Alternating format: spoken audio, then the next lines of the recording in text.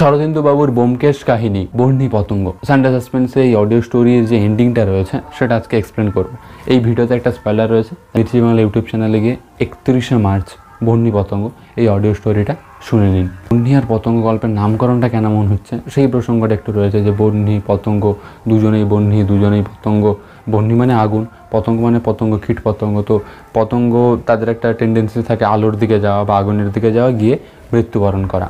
কখনো পতঙ্গ একবারে মারা যায়, আবার কখনো তিলে তিলে তিলে তিলে মারা যায়। তো এখানে নায়ক আর নায়িকা তাদের দুজনকেই বহ্নি আর পতঙ্গ তাদের সঙ্গে তুলনা করা হয়েছে। বহ্নি আর পতঙ্গ এই প্রসঙ্গটাই দর্শকদের মনে একটু গুলিয়ে যাচ্ছে। এখানে যে নায়ক আর নায়িকা রয়েছে, ব্যোমকেশ ছাড়া, ব্যোমকেশ তো ডিটেকটিভ, সে তো একদম মেন যে কালপ্রিট, তাদেরকেই আমরা নায়ক নায়িকা বলছি। তার একটা অবৈধ সম্পর্কে জড়িয়েছিল, যদিও তাদের প্রেমটা ভীষণ রকমভাবে ছিল, তবে যে নায়িকা তার একটু টাকার প্রতি টানছিল, তো সে স্বাভাবিকভাবেই টাকার দিকে একটু ঝুঁকে যায়। বহ্নি আর পতঙ্গ তাদের যে প্রসঙ্গটা সেটা খুবই ইন্টারেস্টিং। অবৈধ সম্পর্কের প্রসঙ্গটা রয়েছে যে প্রেম সবসময় অত কিছু তোয়াক্কা করে না, সে আপন খেয়ালে আপন ছন্দে এগোতে থাকে।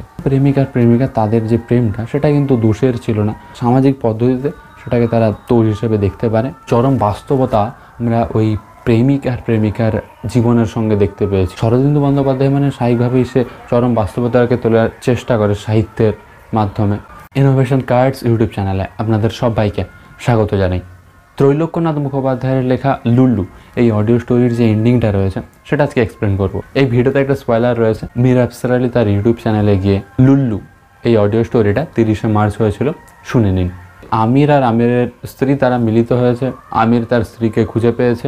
একজন ভূতের বিয়ের প্রসঙ্গ উঠেছে। ভূতের যখন বিয়ে হচ্ছে, আমির বলছে লুল্লুকে যে সমস্ত পৃথিবীর একদম ভূতকে নিয়ে আসো। তো সেইখানে একটা কন্ট্রাডিকশন আমরা দেখতে পেলাম যে সমস্ত পৃথিবীর ভূতকে ডাকা যাবে না, সমস্ত পৃথিবীর ভূতকে ডাকতে হলে সমুদ্র পেরোতে হবে। সমুদ্র পেরোনো মানেই ভূতেদের জাত চলে যাওয়া। ভারত যখন স্বাধীন হয়নি তখন বিদেশে কেউ পড়তে টড়তে যেত না। কালাপানি পার হওয়া মানে তার জাত চলে যাওয়া, যে জাতের হবে সেই জাত চলে যাওয়া। কুসংস্কার তখন চরম পর্যায়ে ছিল। তো ভূতেদের ক্ষেত্রেও সেই কুসংস্কার ভীষণ রকমভাবে ছিল।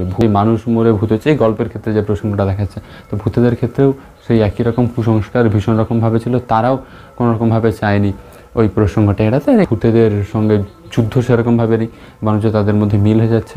কালাপানির একটা প্রসঙ্গ ভীষণ রকমভাবে রয়েছে। শুধুমাত্র মানুষ নয়, ভূতেদের ক্ষেত্রে ওটা প্রযোজ্য।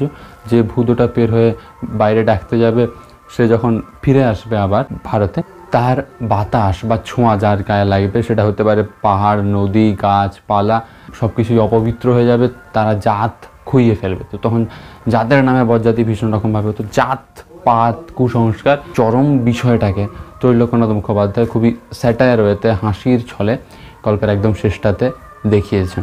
ইনোভেশন কার্ডস ইউটিউব চ্যানেলটাকে সাবস্ক্রাইব করে বেল বাটন প্রেস করে পাশে থাকুন এরকমই লেটেস্ট আপডেটগুলো সবার আগে পাওয়ার জন্য। ধন্যবাদ।